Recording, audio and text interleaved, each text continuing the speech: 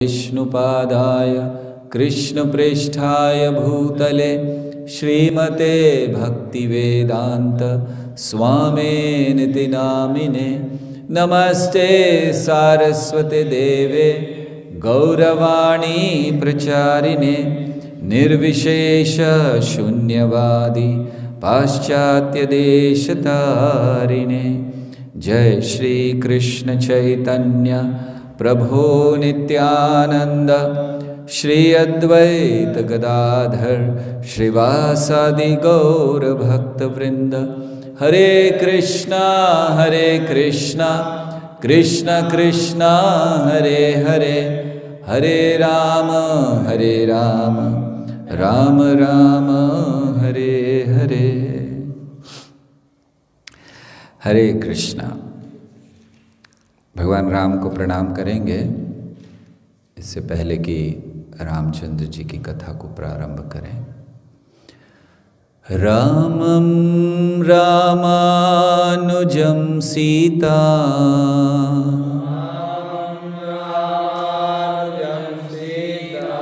भरतं भरतानुजम् सुग्रीवं वायुसूनं च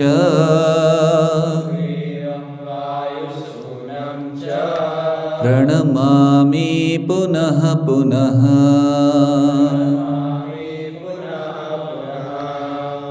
हम प्रणाम करते हैं भगवान श्री राम, श्रीमती सीता देवी, रामचंद्र जी के भाई भरत, लक्ष्मण और शत्रुघ्न, उनके मित्र श्री सुग्रीव और उनके परम भक्त वायुपुत्र हनुमान जी को बारंबार प्रणाम करते हैं। हरे कृष्णा। तो रामायण की चर्चा और आगे बढ़ाएंगे। कल चर्चा हम लोग कर रहे थे कि कैसे भगवान मिथिला में प्रवेश करते हैं, स्वागत होता है उनका, जनक महाराज स्वयं आकर स्वागत करते हैं और फिर वो वहाँ रुकते हैं, वहाँ विश्वामित्र की कथा वो सुनते हैं। तो कल हम लोग विश्वामित्र की कथा सुन रहे थे कि कैसे वो ब्रह्म ऋषि पद को अंततः प्राप्त करते हैं। काफ़ी तपस्या के बाद अंततः ब्रह्म ऋषि पद को वो प्राप्त करते हैं।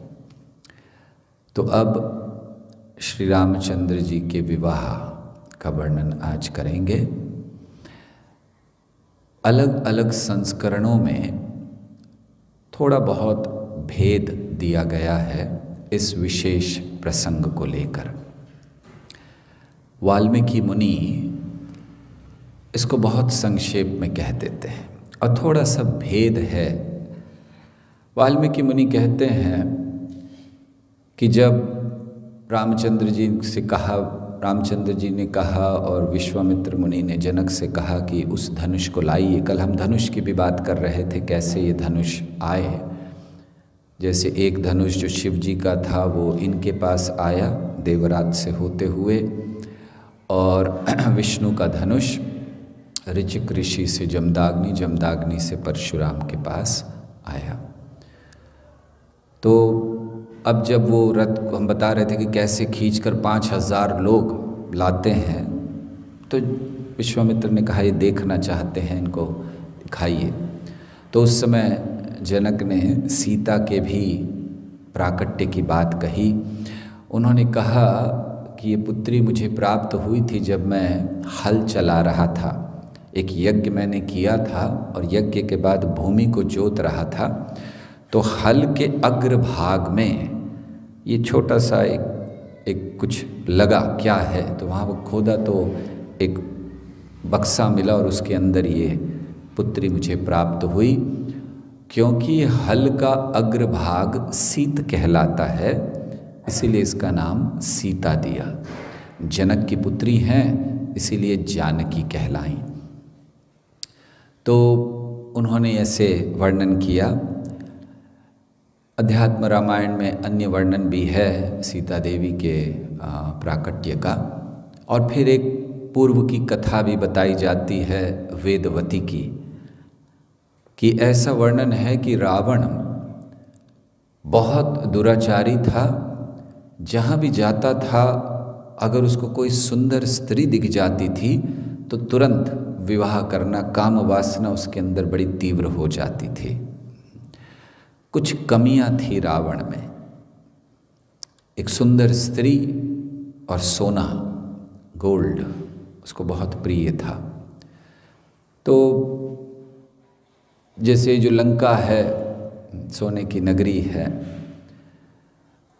तो सीता देवी का वर्णन वेदवती के रूप में भी किया जाता है कि एक समय रावण जा रहा था, आकाश मार्ग से उसने देखा नीचे वन में एक बहुत सुंदर स्त्री, युवती तपस्या कर रही है।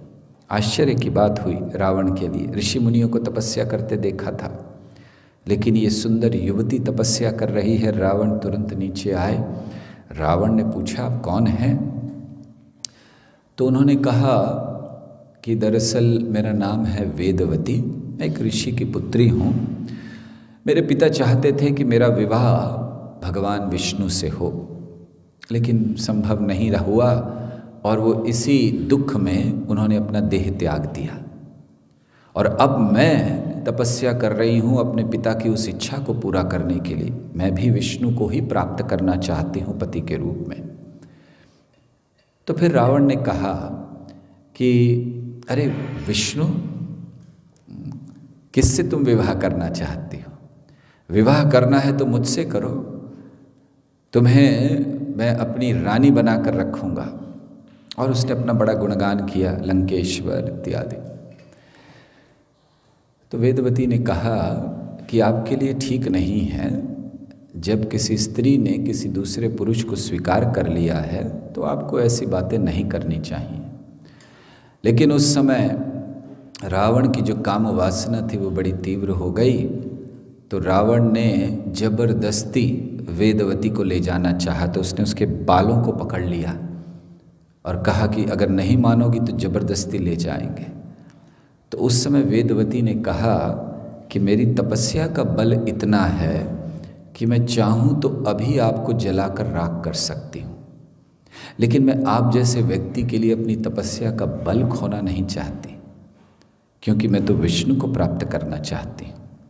तो उस समय वेदवती ने अपने हाथ को फरसा बना दिया और जैसे बाल पकड़े हुए थे तो उन्होंने वो बाल काट दिए, जिसके कारण रावण से वो छूट गईं और तुरंत उन्होंने अग्नि प्रकट की अपनी योग शक्ति से और उसमें प्रवेश कर गईं। लेकिन प्रवेश करते हुए उन्होंने रावण से कहा कि क्योंकि तुमने मेरी तपस्या में बाधा डाली है, मैं तुम्हें श्राप जरूर दूंगी, और मेरा श्राप ये है कि मैं ही तुम्हारी मृत्यु का कारण बनूंगी। तो ऐसे बताया जाता है कि वही वेदवती फिर अगले जन्म में जब उन्होंने अपने देह को त्याग दिया और फिर उन्होंने सीता का रूप प्राप्त किया। तो ऐसे बताया जाता है। तो जनक महाराज ने सीता की कथा कही और फिर उस धनुष को मंगाया, बड़ा भारी धनुष, और उन्होंने कहा कि मैंने प्रतिज्ञा ली है कि जो भी इस धनुष पर प्रत्यंचा चढ़ा देगा मैं उससे विवाह कर दूंगा। अगर राम चढ़ा दें तो मुझे बड़ा आनंद होगा, जनक महाराज कहते हैं। और कहते पूर्व काल में बहुत से राजा आए थे, ऐसा नहीं है कि किसी ने प्रयास नहीं किया, बहुत से राजा आए थे, लेकिन सब परास्त हो गए। प्रत्यंचा चढ़ाना तो दूर, कोई उसको हिला तक नहीं पाए। तो ऐसे में जब वो सारे राजा हार गए तो बड़े क्रोधित होकर उन सारे राजाओं ने मिलकर मेरे राज्य को घेर लिया और डेरा डाल दिया, कहीं कुछ बाहर नहीं जाने दे रहे थे, लॉकडाउन। तो जनक महाराज कहते मेरे राज्य को लॉकडाउन कर दिया उन्होंने, तो कहीं बाहर नहीं जाने दे रहे थे। तो धीरे धीरे 1 वर्ष बीत गया, हमारे पास जो कुछ था खाने पीने का सामान सब समाप्त हो गया, हमें बाहर जाने की तो अनुमति नहीं थी, क्योंकि उन्होंने डेरा डाला हुआ था उन सारे राजाओं ने जो हार चुके थे, और मेरे पास इतनी क्षमता नहीं थी। तो उस समय मैंने देवताओं से प्रार्थना की और देवताओं ने सेना भेजी और फिर उनको सब परास्त किया गया। तो ऐसे जनक महाराज कहते हैं कि ऐसे पूर्व काल में हुआ है, कई लोगों ने आक्रमण कर दिया इस कारण से, लेकिन मेरी प्रतिज्ञा पर मैं बना रहा। तो अगर ये राम कर दें तो बहुत अच्छा होगा। तो जनक महाराज के कहने पर वो आया, रामचंद्र जी ने देखा उस धनुष को। तो ये वर्णन वाल्मीकि रामायण में है। अन्यत्र अन्य संस्करणों में बड़ा थोड़ा सा अंतर दिया गया है इसका। जैसे एक संस्करण में कहा कि स्वयंवर हुआ सीता का, और उसमें बड़े बड़े राजाओं को बुलाया गया, जिसका वर्णन पहले कर चुके हैं जनक महाराज कि ऐसा हुआ था और सब राजा हार गए थे तो उन्होंने आक्रमण किया। तो सारे राजाओं को बुलाया गया, स्वयंवर का वर्णन है, बड़ा सुंदर वर्णन है स्वयंवर का उस संस्करण में। वहाँ कहते हैं कि सारे राजा आए, सब बैठे हैं, सीता से सब विवाह करना चाहते हैं, और एक से एक प्रतापी राजा, सबने प्रयास कर लिया लेकिन कोई भी, और उस स्वयंवर में वाल्मीकि मुनि के साथ रामचंद्र जी और लक्ष्मण भी बैठे हैं। तो ये जब स्वयंवर प्रारंभ हुआ, सारे राजा एक एक कर कर आ रहे हैं, कोई भी नहीं कर पाया। रामचंद्र जी आराम से बैठे हैं। एक स्थान पे तो वर्णन है कि रावण भी आया और जब रावण आया तो सब घबरा गए, क्योंकि रावण तो बड़ा शक्तिशाली है, वो तो उठा लेगा, और है भी शिव जी का भक्त। रावण बहुत बड़ा भक्त है शिव जी का। तो सब घबरा गए कि ये तो पूरी रामायण बदल जाएगी, मतलब देवता लोग घबरा गए कि ये तो क्या होगा। तो उस समय जब रावण उठाने गया उसको, तो शिव जी ने देखा, तो शिव जी ने भी कहा कि अरे नहीं नहीं, ये तो गड़बड़ हो रही है थोड़ी, ऐसा नहीं होना चाहिए। तो शिव जी ने अपने अंगूठे से उसको दबा दिया। शिव जी कभी कभी ऐसा करते हैं। एक समय रावण को अहंकार हो गया था और सोच रहा था कि अपनी शक्ति को कहाँ दिखाऊं, उसको कहीं दिख नहीं रहा था। जब किसी के अंदर बड़ी ज़्यादा शक्ति होती है और उसका सही उपयोग नहीं होता है तो फिर वो उत्पात मचाते हैं। तो रावण ने सोचा कि अब क्या करें, कुछ तो करना है। तो सोचा कैलाश को हिला देता हूँ, कैलाश को उठा देता हूँ। कैलाश पर उस समय पर्वत पर शिवजी पार्वती जी बैठे हैं और शिवजी ध्यानमग्न थे, और रावण ने जाकर पर्वत को हिलाने का प्रयास किया, बस ऐसे उठाने का प्रयास कर रहा था। शिवजी ने देखा, अच्छा, तो अपना जरा सा अंगूठा हिला दिया शिवजी ने, और रावण दब गया उसके नीचे।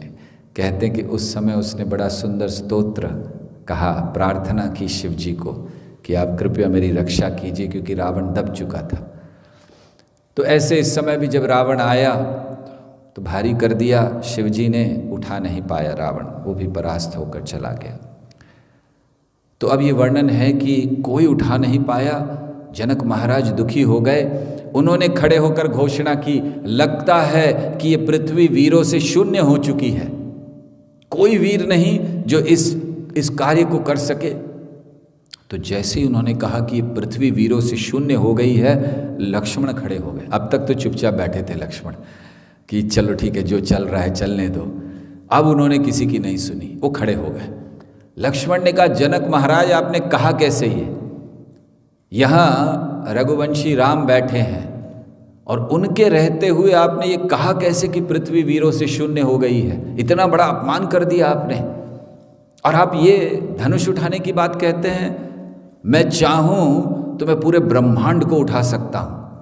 और बात भी सही है वो उठाते ही हैं, उठा सकता हूं क्या, वो तो उठाते ही हैं अनंत शेष के रूप में।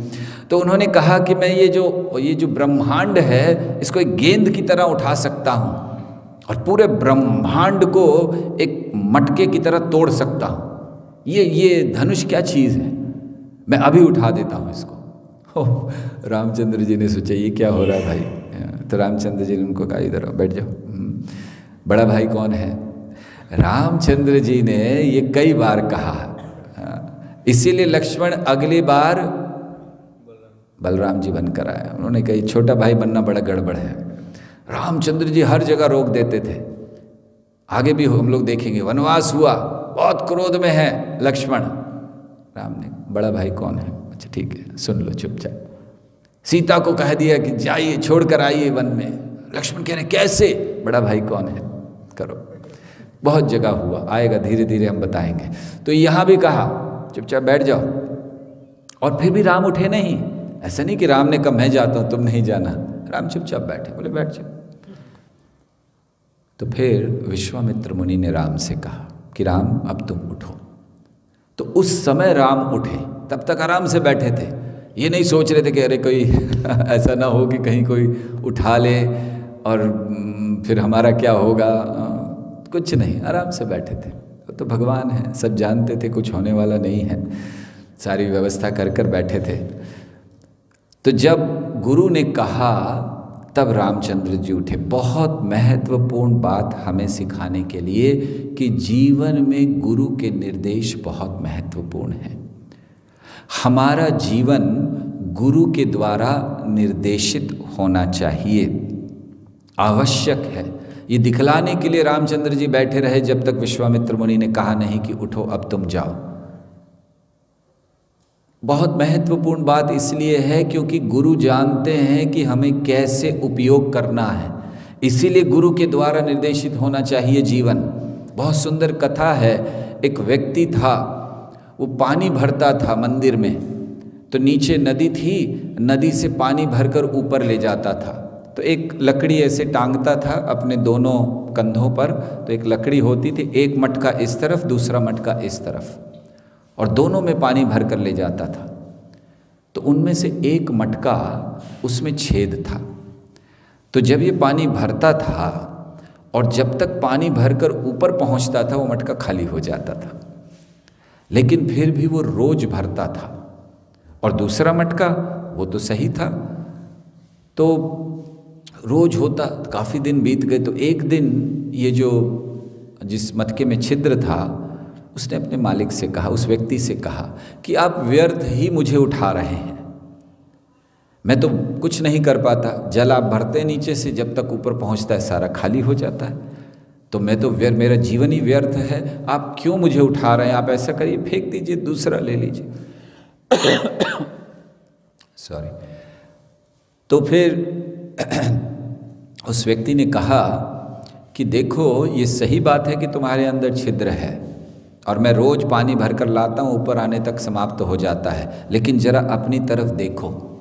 वो व्यक्ति क्या करता था, रोज उस मटके को एक ही तरफ रखता था और उसने उस तरफ, जय श्री श्री गौर नटराज दयाल निताई की जय, उसने उस तरफ रमन कृष्ण प्रभु की थोड़ी शक्ति ज़्यादा है, तो वहाँ पर उसने उस तरफ फूलों के बीज डाल दिए थे, पेड़ों के बीज डाल दिए। छोड़ दो उसको, कोई आवश्यक नहीं है, रहने दो। तो उसने वहाँ पर उस बहुत सारे बीज डाल दिए थे। तो रोज जब वो लेकर जाता था तो दरअसल पानी व्यर्थ नहीं हो रहा था, वो पानी को डालता हुआ जाता था। और उसने दिखाया, देखो, तो उस तरफ जहाँ पर सही मटका था उस तरफ कुछ नहीं था, दूसरी तरफ देखा तो बहुत सुंदर सुंदर वृक्ष या बहुत सुंदर सुंदर पौधे वहाँ पर आ गए थे। तो बड़ा प्रसन्न हुआ ये मटका जिसमें छेद था। अब इन मटकों को बदल दीजिए, व्यक्ति को बदल दीजिए। वो व्यक्ति हैं गुरु, और हमें बताने की ज़रूरत नहीं है कि वो छेद वाला मटका कौन है। क्या आवश्यकता है बताने की? कौन है वो छेद वाले मटके? हाँ तो बोलिए, इतना घबरा क्यों रहे हैं? हम लोग उस छिद्र वाले मटके की तरह हैं, कोई वैल्यू नहीं है हमारी। लेकिन गुरु उस छेद वाले मटके को भी उपयोगी बना देते हैं, उनको भी योग्य बना देते हैं, भगवान की सेवा में लगा देते हैं। जैसे उन्होंने लगाया कि फूल आने लगे और वो फूल फिर भगवान की सेवा में लगे। पानी भले ना लगा हो लेकिन फूल लग गए। इन्हें कहते हैं गुरु। तो इसीलिए बहुत महत्वपूर्ण है कि हमारा जीवन गुरु के द्वारा निर्देशित हो। आज के समय में हमारा जीवन किसके द्वारा निर्देशित है? आज जो समाज में वातावरण है, जो आधुनिक जगत है, ये किसके द्वारा, जीवन किसके द्वारा निर्देशित है? गुरु के द्वारा नहीं, भक्तों के द्वारा नहीं, मीडिया के द्वारा निर्देशित है। सही बात है। आज लोगों को बीमारी हो जाती है तो यूट्यूब पे जाते हैं देखने के लिए क्या करना है। गूगल उनके गुरु हैं। लोगों को इतनी आसक्ति हो गई है इंटरनेट से, जैसे हम उस दिन भी बता रहे थे कि ये लॉकडाउन तो ठीक है, अगर इंटरनेट बंद कर दें तो पूरे देश जला देंगे लोग कोई अंदर नहीं बैठेगा। आज अंदर इसलिए बैठे कि इंटरनेट चालू है, तो कोई चिंता नहीं है उनको, और 20 दिन बढ़ा दीजिए मोदी जी, कोई फर्क नहीं पड़ता हमें, हम तो अंदर बैठे हैं, इंटरनेट चालू है। इतनी आसक्ति। तो अपने जीवन को दूसरों के हाथ में मत दीजिए, ऐसे व्यक्ति के हाथ में मत दीजिए जो उसका नाश कर रहा है। मीडिया आपके जीवन को नहीं निर्देशित करे, अन्य लोग जिनको कोई ज्ञान नहीं है, भक्त नहीं है, शास्त्र नहीं है, वे निर्देशित ना करें आपके जीवन को, क्योंकि ये जीवन बड़ा मूल्यवान है। ऐसा नहीं है, हम लोग सोचते हैं कि ठीक है बहुत समय है, जीवन में बिल्कुल समय नहीं है। एक डॉक्टर की कथा है, रिचर्ड, ये प्लास्टिक सर्जन थे, लोगों की प्लास्टिक सर्जरी किया करते थे। बहुत पैसा कमाया उन्होंने, पहले सर्जरी करके कमाया, फिर अपने मित्र के साथ मिलकर व्यापार किया, उसमें कमाया, बहुत पैसा कमा लिया। बड़े स्वस्थ थे, रोज जिम जाना, अपने आप को स्वस्थ रखना सब करते थे। एक दिन कुछ हल्का सा उनको पीठ में दर्द हुआ, शाम को जिम गए थे, जिम में अच्छा सा वर्कआउट किया और लगा थोड़ा सा दर्द हो रहा है, तो चेक कराने गए। फिर डॉक्टर थे, MRI कराया, पता चला कि उनकी जो बैकबोन है आधी से ज़्यादा उसका जो बोन मैरो है समाप्त हो चुका है। आश्चर्य की बात हुई, ये क्या हुआ?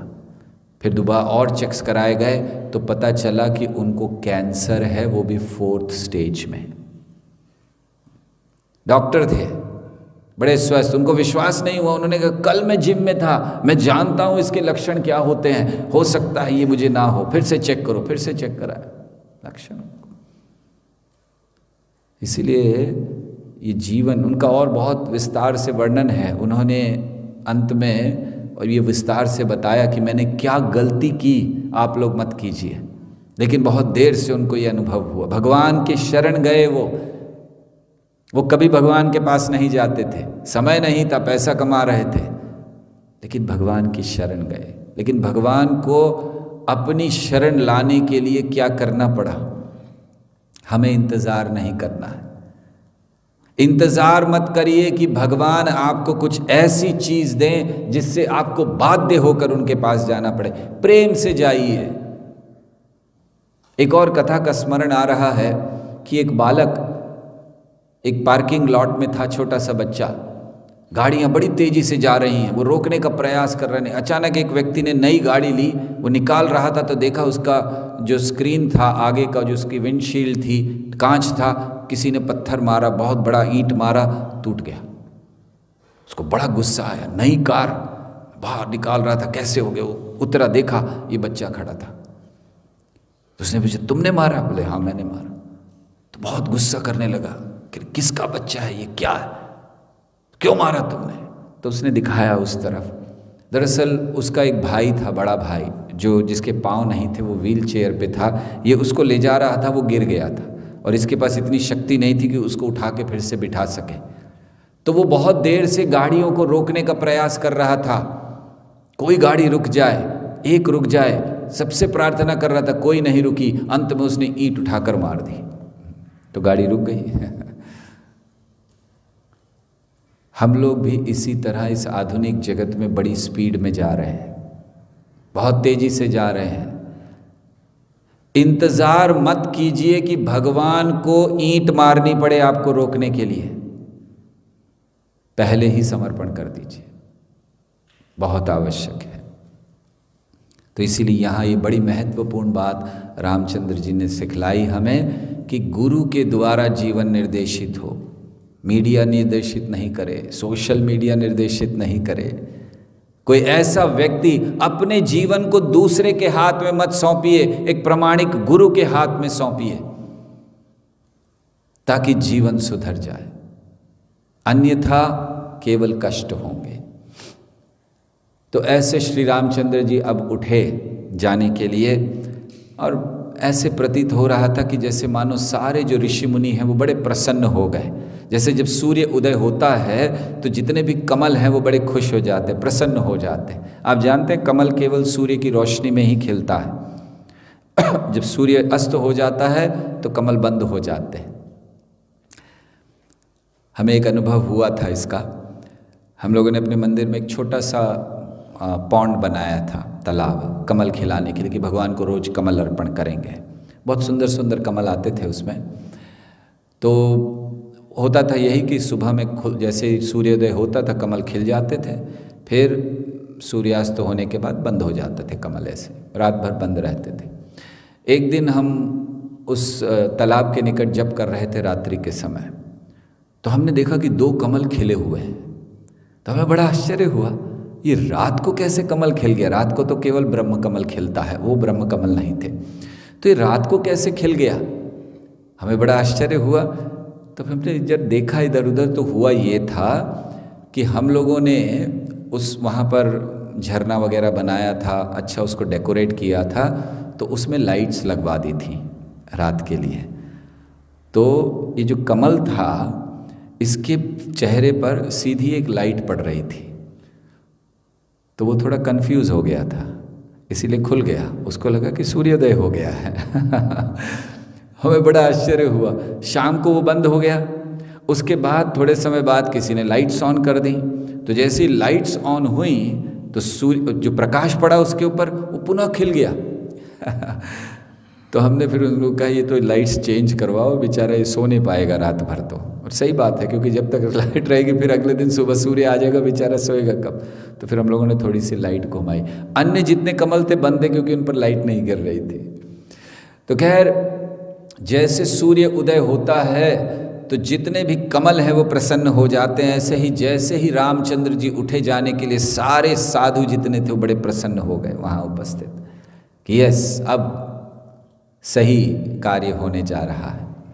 तो ऐसे रामचंद्र जी चले। तो जब रामचंद्र जी आ रहे थे, सीता देवी की माता बैठी थी और उन्होंने देखा, तो उन्होंने कहा ये विश्वामित्र को कोई समझाए, ये छोटे से बच्चे को भेज रहे हैं, 16 साल के ही थे, तो छोटे बच्चे को भेज रहे हैं इतना बड़ा धनुष उठाने के लिए, जिसको बड़े बड़े प्रतापी लोग नहीं उठा पाए, इनको बुद्धि नहीं है, अरे कोई रोको इन्हें। तो उनके साथ उनकी एक और भी सखियां बैठी थी, तो उसमें से एक सखी ने कहा कि देखिए केवल छोटे हैं इसका अर्थ ये नहीं बड़ा काम नहीं कर सकते। अगस्त्य मुनि बहुत छोटे थे, आप जानते मुनियों में अगस्त्य मुनि बहुत छोटे हैं हाइट में। अगस्त्य मुनि बहुत छोटे थे लेकिन सारा समुद्र पी गए थे। सूर्य छोटा सा होता है, दिखता है दिखने में छोटा सा, लेकिन सारे ब्रह्मांड को प्रकाशमान करता है। और एक बहुत महत्वपूर्ण बात वो कहती हैं, मंत्र बहुत छोटा होता है लेकिन पूर्ण पुरुषोत्तम भगवान को वश में कर लेता है। हरे कृष्णा कृष्णा कृष्णा हरे हरे, हरे राम राम राम हरे हरे। कहती मंत्र बड़ा छोटा होता है लेकिन भगवान को वश में कर लेता है। तो इसलिए ये मत सोचिए कि ये छोटा है तो कुछ कर नहीं पाएगा। तो अब फिर वो चलने लगे। सीता देवी ने देखा, अब सीता देवी तो नित्य संगिनी है, वो तो रामचंद्र जी भी जानते हैं और सीता देवी भी जानती हैं, लेकिन फिर भी क्योंकि इस समय सीता देवी एक साधारण मनुष्य की भूमिका में है, वो घबरा गई कि अगर रामचंद्र जी नहीं उठा पाए तो क्या होगा। तो उस समय वो प्रार्थना करने लगी भगवान से, शिव जी से, इसको हल्का कर दीजिए, ये धनुष को थोड़ा अभी के लिए हल्का कर दीजिए ताकि रामचंद्र जी आराम से उठा लें। तो सीता देवी प्रार्थना कर रही हैं और उस समय लक्ष्मण वो बैठे हुए थे। तो लक्ष्मण तो जानते थे क्या होने वाला है, क्योंकि रामचंद्र जी जा रहे हैं, वो तो बड़ी आसानी से उठा लेंगे इस धनुष को। तो उन्होंने पृथ्वी को दबा दिया कि कहीं भूचाल नहीं आ जाए, भूकंप नहीं आ जाए। होगा ही, जैसे उठाएंगे भूकंप आएगा। और साथ साथ उन्होंने वराहदेव से कहा, अनंत शेष जो उनके ही मूल हैं, तो उनसे कहा पकड़ कर रखो पृथ्वी को जरा संभाल कर, अब रामचंद्र जी धनुष उठाने वाले हैं। तो ऐसे जब ये स्थितियां हुई तो उस समय रामचंद्र जी गए, उन्होंने प्रणाम किया उस धनुष को, क्योंकि शिव जी का धनुष है। देखिए हम लोग जब कोई कार्य करने जाते हैं, अगर उस कार्य को भी हम महत्व दें, आदर दें, तो कार्य सरलता से हो जाता है। क्योंकि रामचंद्र जी करने जा रहे हैं, उन्होंने देखा धनुष है, उन्होंने ऐसे ही नहीं उठा दिया कि इसको मैं ऐसे ही उठा दूंगा। उन्होंने प्रणाम किया, गुरु को प्रणाम किया, और फिर उन्होंने उस धनुष का स्पर्श किया। और जैसे कोई बालक खेल खेल में आसानी से, एक कुकुरमुत्ता जानते हैं आप लोग, हम हिंदी में पूछ रहे हैं, तो उसको ऐसे उखाड़ लेता है। उसको उखाड़ने में कोई मेहनत लगती है? बच्चा भी ऐसे उखाड़ लेता है। तो रामचंद्र जी ने बड़ी आसानी से उस धनुष को उठा लिया। जैसे ही धनुष उठाया, इतनी तेज आवाज हुई। फिर उस पर प्रत्यंचा चढ़ानी थी, तो रामचंद्र जी ने उस धनुष को थोड़ा सा मोड़ा, प्रत्यंचा चढ़ा रहे हैं, और थोड़ा सा उन्होंने मोड़ा तो उसी में वो टूट गया। बड़ी भयंकर आवाज आई। पृथ्वी को तो पहले से ही पकड़े हुए थे लक्ष्मण जी के, कहीं हिल ना जाए। बहुत भयंकर आवाज हुई, शिव जी का धनुष टूट गया। वाल्मीकि रामायण में भी वर्णन है कि जब वो धनुष आया और रामचंद्र जी से कहा, तो रामचंद्र जी गए, उन्होंने उठा लिया बड़ी आसानी से, और उठाने के बाद प्रत्यंचा चढ़ा दी, और जैसे ही थोड़ा सा मोड़ा वो टूट गया। जनक महाराज बड़े प्रसन्न हो गए। उनके वंशजों का धनुष टूटा है, लेकिन वो बड़े प्रसन्न हो गए कि ठीक है, अब सीता का विवाह हो जाएगा। तो फिर ऐसे धनुष टूट गया, और अब सीता का विवाह होना था। तो वाल्मीकि रामायण पर वापस आते हैं, बहुत सुंदर वर्णन सीता के विवाह का है। अब जब धनुष टूट गया, तो सबसे पहले जनक महाराज ने दशरथ के घर संदेश भेजा अयोध्या कि आपके पुत्र ने ऐसे ऐसे किया है और अब उनका विवाह होगा, आपको बुलाया जा रहा है। तो दशरथ को संदेश आया। दशरथ बड़े प्रसन्न हुए, लेकिन उन्होंने निर्णय नहीं लिया। उन्होंने सबको बुलाया और उन्होंने प्रस्ताव रखा कि ऐसे ऐसे जनक महाराज का संदेश आया है, रामचंद्र ने ऐसा किया है, क्या हम लोगों को जाना चाहिए विवाह के लिए? सब लोग ने, अरे क्यों नहीं, तुरंत जाना चाहिए। तो फिर ठीक है, सब तैयार हो गए। तो देखिए यहाँ दशरथ महाराज आगे भी और यहाँ भी एक बड़ी महत्वपूर्ण बात प्रकट करते हैं कि जो लोग किसी पद पर होते हैं, उनका जीवन दूसरों के लिए है। उनको अपने आप निर्णय नहीं लेने चाहिए। इसी तरह कृष्ण भावनामृत के प्रचारक हैं। हर प्रचारक का जीवन दूसरों के लिए है। जैसे यहाँ पर हम लोग देख रहे दशरथ महाराज ने किया। तो जब हम समाज के लिए कुछ करते हैं, चाहे कोई राजा हो या प्रचारक हो या जो भी, तो ये मानना चाहिए कि वो जीवन दूसरों के लिए है। इस भाव में प्रचार करें। प्रचार कौन कर सकता है? जिसके अंदर करुणा है, करुणा का मूर्तिमान स्वरूप है। अगर करुणा नहीं है तो प्रचार नहीं हो सकता। और इसका बहुत स्पष्ट प्रमाण दिया श्रील प्रभुपाद ने। श्रील प्रभुपाद अमेरिका गए, वहाँ पर देखते थे कि युवक युवतियाँ नशे में पड़े हैं, आनंद ले रहे हैं, भोग कर रहे हैं, उसी को जीवन मान रहे हैं। प्रभुपाद की आंखों में आंसू आते थे उनको देखकर कि ये भगवान का अंश है और किस तरह अपने जीवन को बर्बाद कर रहा है। ये करुणा थी जिससे प्रभुपाद प्रचार कर सके, उनके हृदय की करुणा। ये करुणा थी जो 70 वर्ष की उम्र में उन्हें वृंदावन छोड़ने के लिए मजबूर कर दिया। जिस करुणा ने, ये करुणा थी प्रभुपाद के हृदय की कि वो चाहते थे लोगों का उद्धार करना। इसीलिए वृंदावन, जहाँ अपनी ऐसी उम्र में 70 वर्ष की उम्र में लोग वृंदावन छोड़ना नहीं चाहते। अगर वृंदावन से बाहर आते हैं तो जल्दी से वापस जाना चाहते हैं वृद्धावस्था की, कहीं ऐसा ना हो कि हम मर जाएं वृंदावन के बाहर। प्रभुपाद ने उस अवस्था में छोड़ा क्योंकि जीवन दूसरों के लिए है। तो दशरथ महाराज इसको दिखलाते हैं। तो अब फिर सबके जाने का तैयारी हुई, सब लोग आए। दशरथ महाराज आए, अन्य सब उनके गुरु भी आए।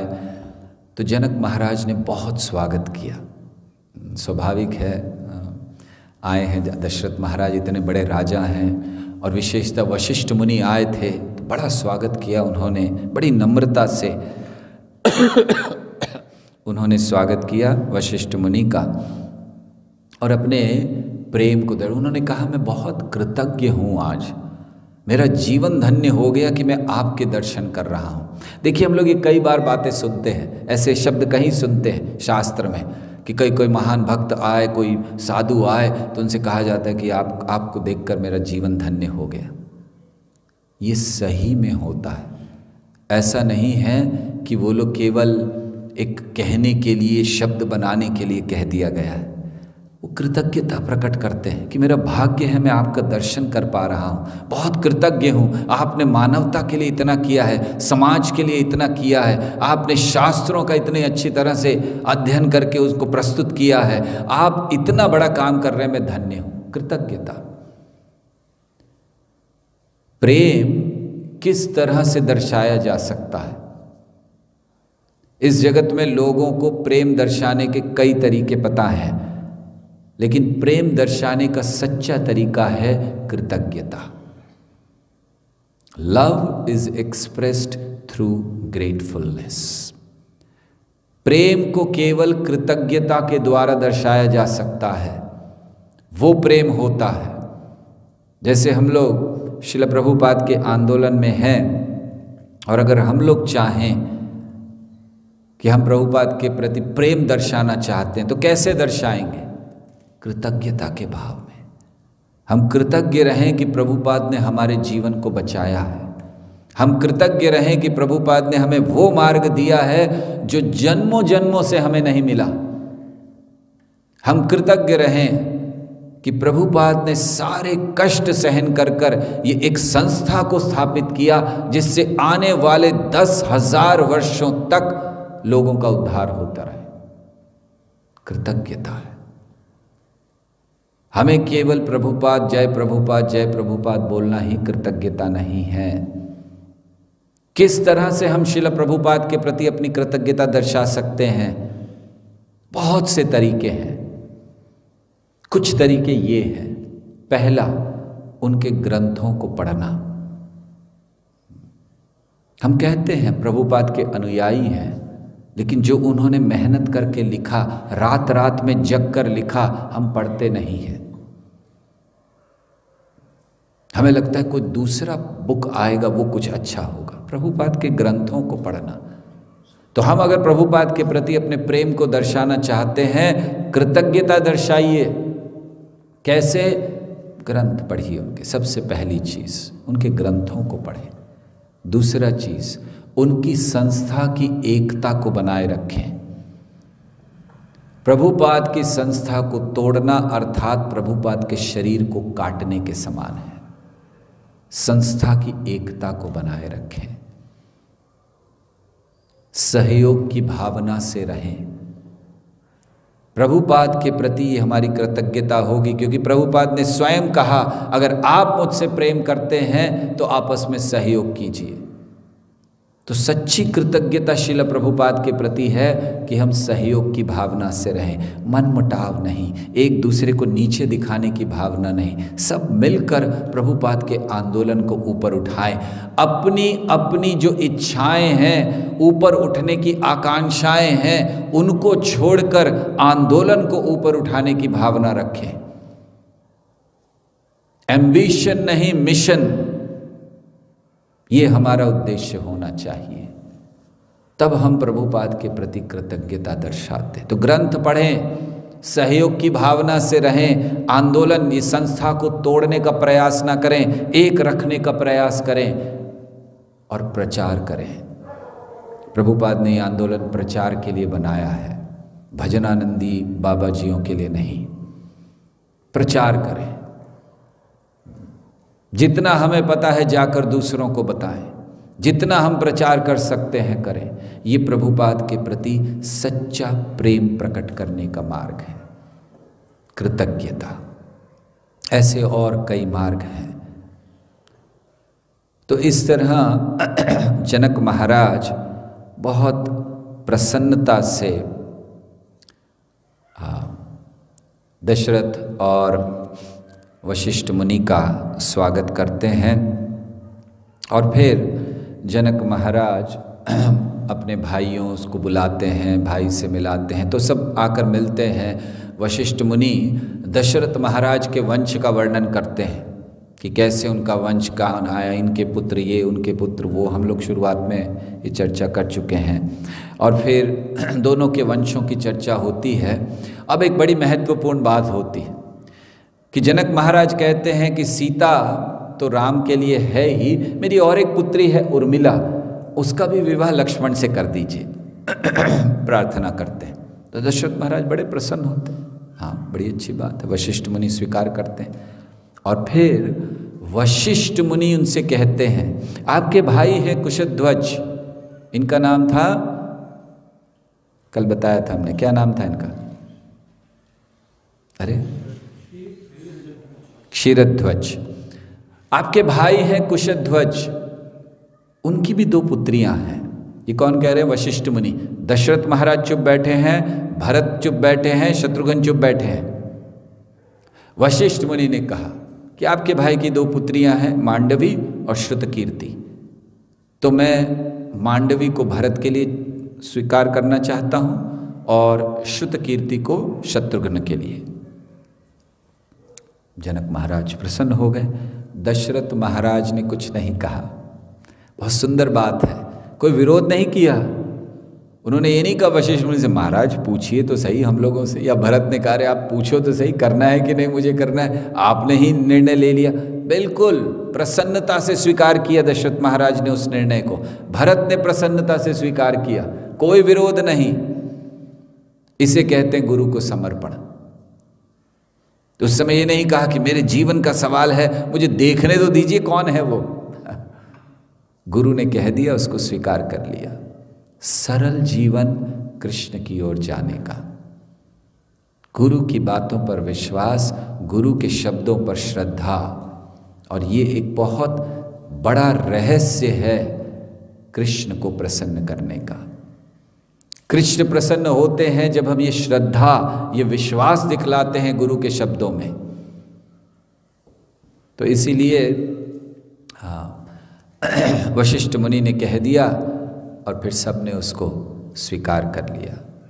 तो फिर अब 4 भाई हैं और 4 बहनें हैं, तो उनका विवाह होना है।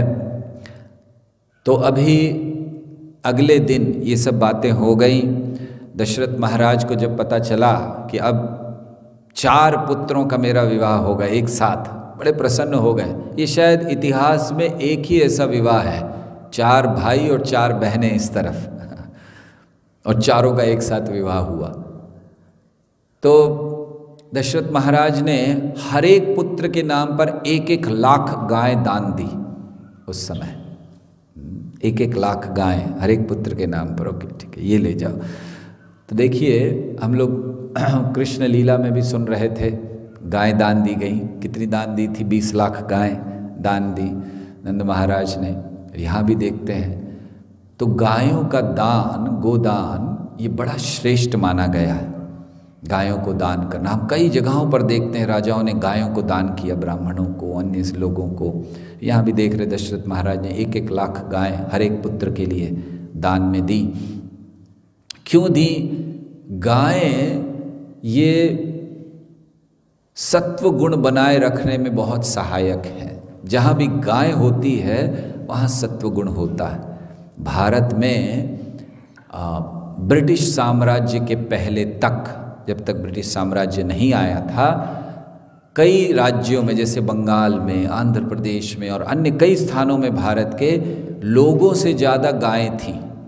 जनसंख्या से ज़्यादा गायों की संख्या थी। और कोई मारता नहीं था, कोई कत्ल खाना नहीं था। अंग्रेजों ने पहला कत्ल खाना शुरू किया। 10,000 गायें एक दिन में मारते थे, वो काटते थे। ये अंग्रेजों ने पहला शुरू, उसके पहले तक कोई कत्ल खाना नहीं था। गायों की पूजा करने वाला ये स्थान है भारत। आज से 5,000 वर्ष पूर्व जब नैमिषारण्य के ऋषि मुनि बैठे थे, 88,000 ऋषि मुनि बैठे हैं, अगर उनको ये कहा भी जाता कि आगे चलकर गायों को काटा जाएगा, वो विश्वास नहीं करते कि ऐसा नहीं हो सकता, क्योंकि वो पूजा करते हैं। और इसका प्रमाण क्या था? इसका प्रमाण भागवत में आता है पहले स्कंद में, जब उन्होंने देखा सुना कि परीक्षित महाराज ने एक ऐसे व्यक्ति को जो पांव से गाय को मार रहा था उसको दंड दिया, तो बड़ा आश्चर्य हुआ शौनक आदि ऋषियों को। क्या आश्चर्य हुआ उनको? उनको ये आश्चर्य नहीं हुआ कि दंड क्यों दिया केवल पांव लगाने से। उन्होंने ये प्रश्न किया सुत गोस्वामी से कि परीक्षित महाराज ने उस व्यक्ति को जिसने गाय को पांव से मारा केवल दंड दिया, उसे मार क्यों नहीं दिया? ये उनका प्रश्न था। तो ये हमारी सभ्यता थी। अगर उस समय उनको कहा जाता कि आगे चलकर गायों को काटा जाएगा, वो कभी विश्वास नहीं करते। लेकिन आज है ये अवस्था। जब अंग्रेज गए यहाँ से सन 1947 में, उस समय केवल 350 कत्ल खाने थे भारत में, बड़े बड़े। हमारे भारत के नेताओं ने घोषणा की थी कि जिस दिन मैं प्रधानमंत्री बनूंगा सारे कत्ल खाने बंद करा दूंगा। ये रिकॉर्डेड घोषणा है।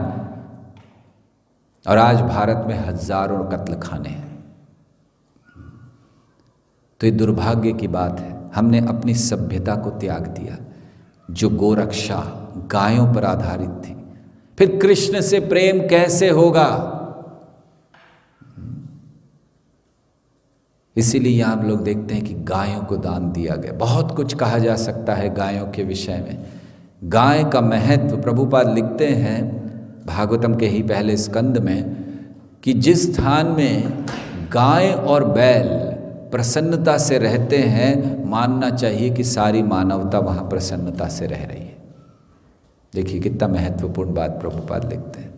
केवल गाय और बैल अगर प्रसन्न हैं, सभी लोग प्रसन्न हैं। वैसे भी प्रभुपाद कहा करते थे कि हमें बहुत सरल जीवन जीना चाहिए। जीने के लिए क्या चाहिए?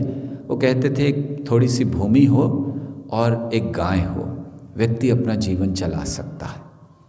ये हमने आधुनिक बनकर, ऑफिसेस खोलकर, कॉरपोरेट्स बनाकर ये गायों के महत्व को कम कर दिया। इसलिए हमें पुनः गो रक्षा, गो सेवा, गो पूजा पर वापस जाना चाहिए, ताकि वो वातावरण, वो आध्यात्मिक वातावरण भारत में फिर से आ सके। तो ऐसे दशरथ महाराज ने दान दिया। और अगले दिन अब विवाह के लिए जाना था। तो कैसे गए दशरथ महाराज और विवाह कैसे हुआ, इसका वर्णन कल करेंगे।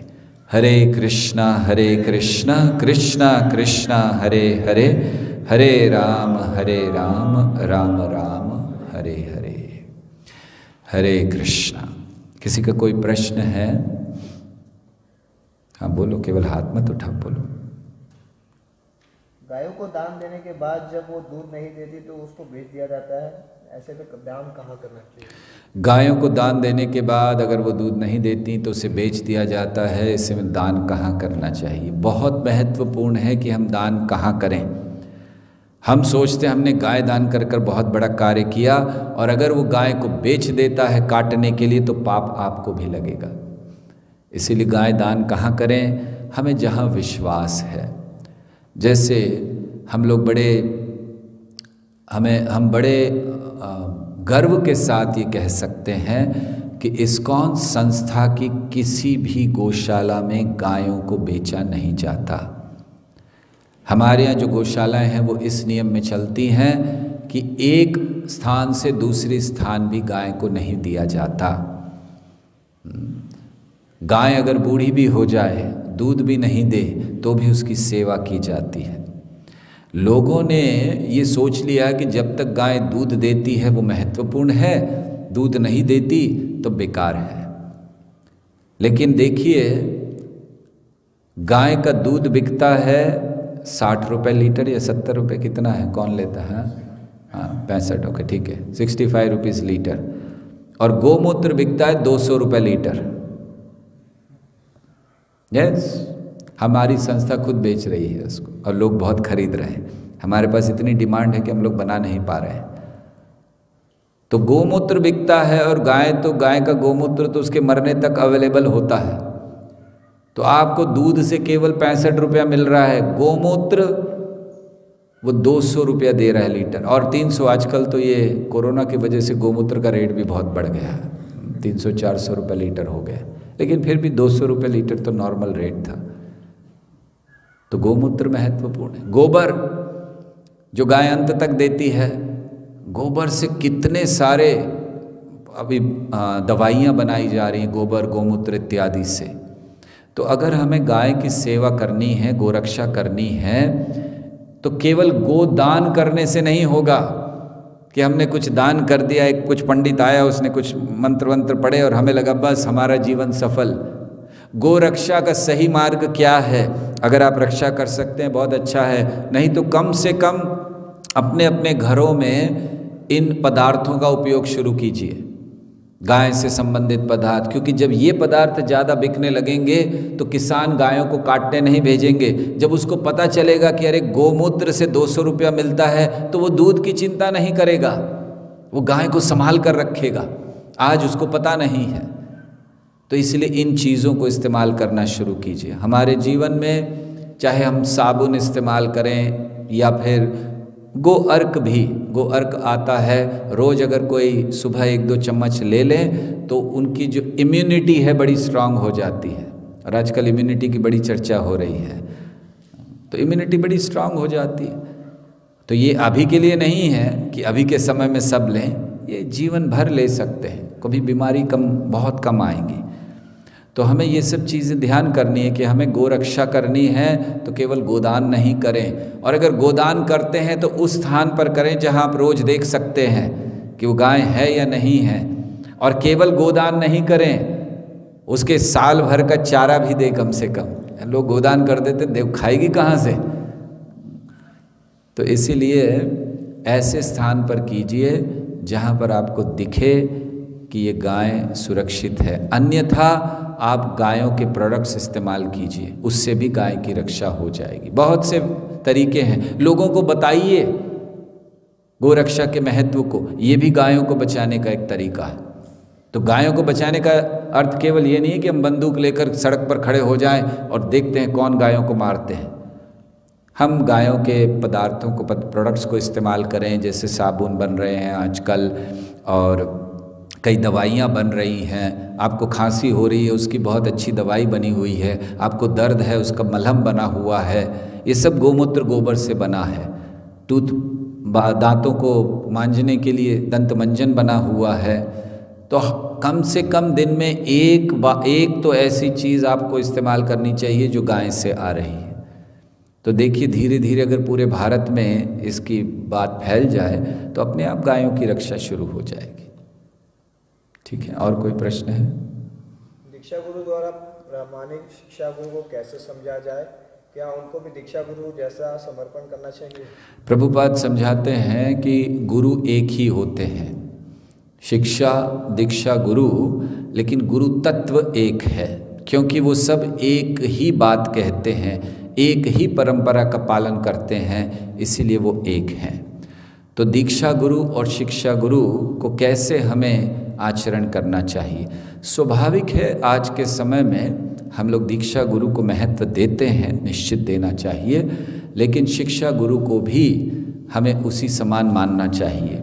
आपको बताएं भक्ति विनोद ठाकुर क्या कहते हैं? आपने हमसे ये प्रश्न किया तो हम अपना नहीं, भक्ति विनोद ठाकुर की बात कहते हैं। भक्ति विनोद ठाकुर कहते हैं कि मेरे विचार से शिक्षा गुरु दीक्षा गुरु से ज़्यादा महत्वपूर्ण है। क्यों? क्योंकि वो ऐसे व्यक्ति को जो पापी है, अधर्मी है, सब पाप में लगा है, उसको वो ख़त्म करवा कर उसका वो जीवन तैयार करता है दीक्षा के लिए। जैसे आज हम लोग भी देखते हैं अपनी संस्था में, दीक्षा गुरु जब दीक्षा देते हैं तो तब तक तो सब तैयार करके जाना पड़ता है, 16 माला जप कर रहा है, सब कर रहा है, लेकिन शुरुआत कौन कराता है? शिक्षा गुरु। इसलिए भक्ति विनोद ठाकुर कहते हैं मेरे मत से शिक्षा गुरु ज़्यादा महत्वपूर्ण है दीक्षा गुरु से। ऑफकोर्स इसका मतलब ये नहीं कि आज से हम लोग दीक्षा गुरु को महत्व नहीं दें। दीक्षा गुरु तो डेफिनेटली महत्वपूर्ण है, क्योंकि वे हमें परंपरा से जोड़ते हैं, कृपा करते हैं, बहुत ऊंचे स्तर के हैं। तो अगर हम इस बात को भक्ति विनोद ठाकुर की स्वीकार करें तो हमें दोनों को समान सम्मान देना चाहिए, क्योंकि दीक्षा गुरु वो हैं जो हमें मार्ग दिखाते हैं, हमें हमारे पापमय जीवन से उबारते हैं, और फिर दीक्षा गुरु हमें परंपरा में जोड़ देते हैं और कृपा करते हैं। तो दोनों का महत्व समान कम से कम होना चाहिए। यस। शिव धनुष को विष्णु और शिव के अलावा सीता माता ने उठाया, मतलब सीता माता में काफी बल था। रावण शिव धनुष नहीं उठा पाया, फिर सीता माता को कैसे उठा ले?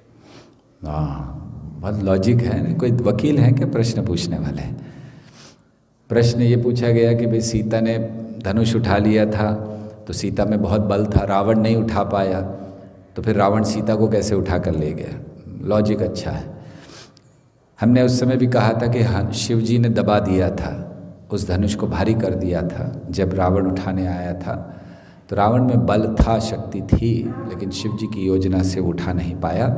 और दूसरी बात, वैसे भी सीता को कौन उठा ले जा सकता है? सीता गई या नहीं गई ये अभी हम लोग थोड़े ही दिनों में सुनने वाले हैं। तो इसलिए सीता को तो वैसे ही कोई नहीं उठा सकता, रावण की क्या बिसात है। आगे बढ़िए। रावण का नाम कैलाश उठाने के बाद पड़ा या पहले? रावण का नाम पहले से रावण है, दशानन रावण ये उसके पहले से नाम है, कैलाश उठाने के बाद नहीं। Those who are vegan means they don't consume cow products. Why it is? What is difference in consuming cow milk and other milk? शास्त्रों में विशेष करके आयुर्वेद में भी गाय के दूध को अमृत माना गया है। अन्य भी दूध हैं अन्य प्राणियों के, लेकिन गाय के दूध को अमृत माना गया है। भक्ति की दृष्टि से भी गाय का दूध ये अमृत है, क्योंकि ये हमें आध्यात्मिक ज्ञान स्वीकार करने के लिए तैयार कर देता है। और भगवान श्री कृष्ण गोपाल कहलाते हैं, भैंसपाल नहीं हैं, तो इसीलिए गायों का दूध बड़ा महत्वपूर्ण है। तो जो लोग इस समय कुछ ऐसे प्रचार हो रहा है कि हमें गाय का दूध नहीं पीना चाहिए, किसी प्राणी को अत्याचार नहीं करना चाहिए, हम तो कहते हैं कि वे लोग गाय का दूध ना पीकर ज़्यादा अत्याचार कर रहे हैं। क्योंकि अभी तो किसान फिर भी गाय को रखे हुआ है ये सोचकर कि मुझे दूध से कुछ इनकम प्राप्त होगी। अगर हमने दूध ही पीना बंद कर दिया तो वो तो गाय को तुरंत मारना शुरू कर देगा। तो एक तरफ हम कहते हैं कि हम गायों पर क्रूरता नहीं करना चाहते, उनका दूध पीना ये क्रूरता है। हमारे हिसाब से तो उनका दूध ना पीना ये क्रूरता है, क्योंकि हम स्लॉटर को मोर प्रमोट कर रहे हैं, और ज़्यादा मारो उनको, क्योंकि अभी दूध की भी वैल्यू नहीं रही है। तो हाँ, ये बात दूसरी और ये भी है कि कुछ चीज़ें जो वो कहते हैं वेगन्स इत्यादि वो सही भी हैं कि कई स्थानों पर गायों के साथ अत्याचार होता है। उनके जो बछड़े हैं उनको दूध पीने नहीं दिया जाता, जरा सा वो बस मुंह लगाते हैं, उनको हटा लिया जाता है और सारा दूध निकाल लिया जाता है, तो ये अत्याचार है। या फिर कई जगहों पर गायों को दूध निकालने के लिए मशीनें लगी हुई हैं, तो इतनी ज़ोर से खींचती हैं उनका खून तक निकल आता है, तो ये अत्याचार है। तो इस बात को हम स्वीकार करते हैं कि ये नहीं होना चाहिए और इसको हमें रोकना चाहिए। तो कम से कम अगर हम जानते हैं, जैसे यहाँ ग्रेटर नोएडा में एक भक्त हैं जो रोज़ सुबह जाकर गाय का दूध निकालते हैं खुद, महामुनि प्रभु, वो अभी भी जाते हैं, रोज़ सुबह जाते हैं और एक गाय है उसका दूध निकाल कर लेकर, मतलब गाय वाले की है, ऐसे नहीं कि किसी की भी गाय का दूध निकाल लाते हैं। तो गौशाला में जाकर आज वो निकालते हैं, तो उसमें कोई अत्याचार नहीं होता। ऐसा दूध पीने में क्या कमी, क्या गलती है? कहीं गाय के साथ कोई अत्याचार नहीं हो रहा, बछड़े को भी दिया जा रहा है। तो ये इस तरह है कि अगर आँख में कैटरैक्ट हो गया तो आँख को ही निकाल दीजिए, नहीं, आँख में कैटरैक्ट हुआ है तो कैटरैक्ट ठीक करना है, आँख को नहीं निकालना है। तो अगर गायों के साथ अत्याचार हो रहा है तो इसका उपाय ये नहीं कि हम दूध पीना छोड़ दें, इसका उपाय ये है कि हम उस अत्याचार के लिए क्या कर सकते हैं उसको प्रयास करें बंद करने का। तो इसलिए हमारा मानना ये है कि थोड़ी बातें उनकी सही हैं, लेकिन उनका जो उन्होंने हल निकाला है वो सही नहीं है। हाँ जी। कोरोना वायरस के कारण बहुत से गरीबों को सहायता चाहिए, जबकि हमारी सरकार भी डोनेशन के लिए कह रही है, तो ऐसे में वैष्णव कहाँ दे सकते हैं? सरकार भी कह रही है डोनेशन देना चाहिए और कोरोना वायरस के लिए इस समय बहुत चाहिए, तो हमें कहाँ दे सकते हैं। पहली चीज़, हमने सुना है देश के प्रधानमंत्री ने एक फंड बनाया है जिसमें कोई भी मदद कर सकते हैं, तो बड़ा अच्छा है क्योंकि वो देश के लिए जाएगा, चाहे तो उसमें दे सकते हैं। वैसे एक दृष्टि से हमारे प्रधानमंत्री जी बहुत अच्छा कार्य कर रहे हैं, क्योंकि इस समय भारत में बहुत बड़ा उत्पात हो सकता था। उन्होंने बड़े कड़े निर्णय लेकर इसको रोका हुआ है, तो हमें बड़ा धन्यवाद देना चाहिए और पूरा सहयोग करना चाहिए।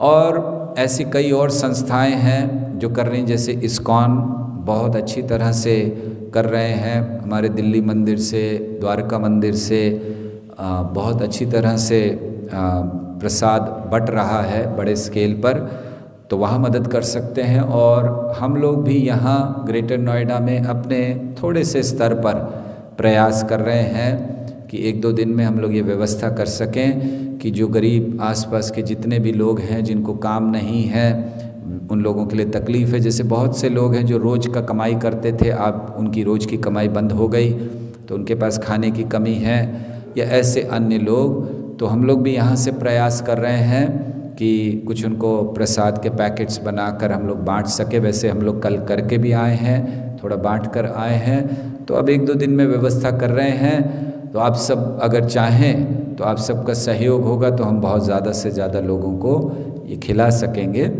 तो जहाँ भी इस ऐसे स्थान पर देना चाहिए, क्योंकि ऐसे समय में कई ऐसी धोखा देने वाली संस्थाएं बन जाती हैं। आपको शायद समाचार आ रहे होंगे, किसी ने ये बनाया वो बनाया। हमें बिल्कुल इस सब में नहीं पड़ना है। तो आप या तो जैसे इस्कॉन संस्था जैसे संस्थाओं को दें, क्योंकि आप देख रहे हैं वो क्या काम कर रहे हैं, या फिर आप सरकार को सीधे दे दें, तो कम से कम आपका गलत जगह इसका उपयोग नहीं होगा। तो 1-2 दिन में आपको ये सूचना हम लोग दे देंगे कि किस प्रकार से हमने यहाँ इस्कॉन ग्रेटर नोएडा से इस मंदिर से क्या व्यवस्था की है, तब आप हमको सर आप पूरा सहयोग कर सकते हैं। हरे कृष्णा। हाँ, और है जैसा आपने बताया कि शिव जी ने धनुष भारी कर दिया था, शिव जी ने ही रावण को पहले वरदान दिया था, जबकि वो इतना दुराचारी था, ऐसा क्यों? शिव जी ने रावण को वरदान दिया था कि वो दुराचारी था और उन्होंने ही भारी कर दिया, ऐसा क्यों? शिव जी, इनका कार्य है अगर कोई बहुत कड़ी तपस्या करता है तो उसको वरदान देना, और रावण ने बहुत कड़ी तपस्या की थी, तो ब्रह्मा जी ने उसको वरदान दिया, शिव जी ने वरदान दिए। ये तो प्रकृति का नियम है।